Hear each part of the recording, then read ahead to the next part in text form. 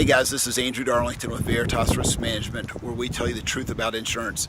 I figured I'd do a quick blog today. I'm here in front of the Franklin Woods Hospital.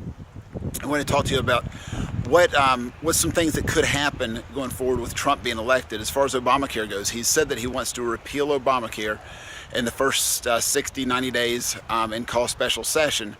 But really, there's a lot of things that would have to take place. And so here's my thoughts on what you could actually do pretty quickly that wouldn't really remove coverage from anyone. You'd be able to keep the folks who wanted coverage, needed coverage, you need the help to be able to afford it, they'd be able to keep it, but be able to give some relief inside of the marketplace and make people be able to have the coverage they want at an actually affordable price for everyone.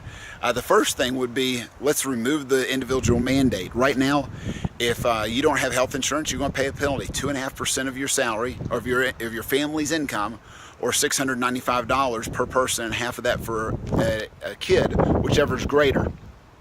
That's a lot of money that people would have to pay. You remove that for the folks that don't want it or have a plan that doesn't comply.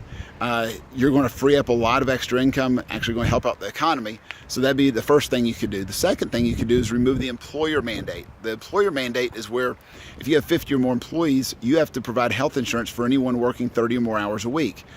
Well, what that's done is a lot of places like Home Depot and Olive Garden have said, you know what, we can't do that for all our guys and gals. What we're going to do is we're going to cut your salary, your payroll, your hours down to 28, 29 hours, so you stay under the 30 hours, and that way we don't have to provide health insurance. So you had folks that were making good money, maybe even working some overtime, that didn't have health insurance but were okay with it, but now they can't work those hours, and so they have to go out and get a second job to be able to make ends meet, which isn't a good thing.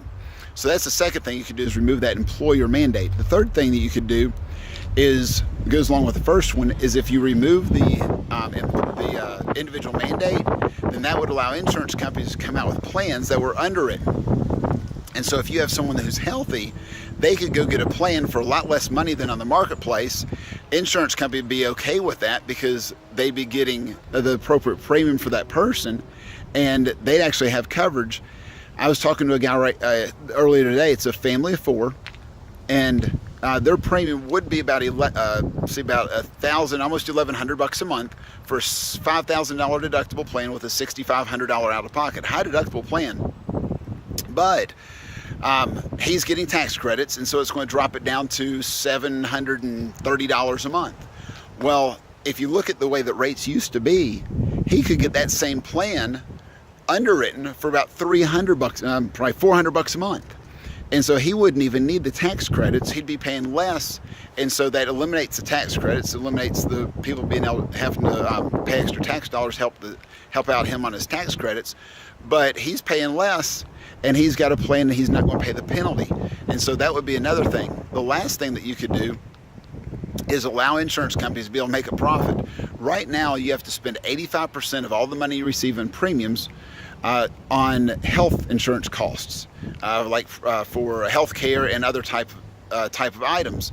You can only use 15% for overhead and profit and agent commissions, which was why they eliminated agent commissions on individual health plans for that. So by removing that penalty, you allow them to make a profit. Blue Cross has lost $500 million, is what they say,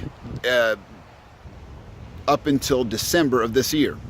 Well, if they have a good year, they can't make any money because anything in excess of that 15% profit and overhead, they got to give back to the clients.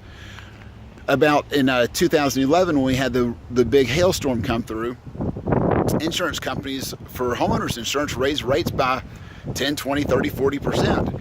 And they did that to recoup the losses they had from the big hailstorm. In health insurance, you can't do that because if you make a profit that previous year, you got to give the money back, and so it just doesn't work. So those are 4 quick things that Trump could actually do that would help relieve the pressures for a lot of us on this health insurance to reduce premiums, be able to help some of these folks who don't even want it from having to buy it, and your younger folks who could get a plan if they're healthy for $100 a month would be able to have a plan that's actually doable. So If you have any questions about this, give us a call. Our number is 423-292-4142. We're Veritas Risk Management, where we tell you the truth about insurance. You can also find us on the web at www.veritasrm.com. Thanks, and God bless.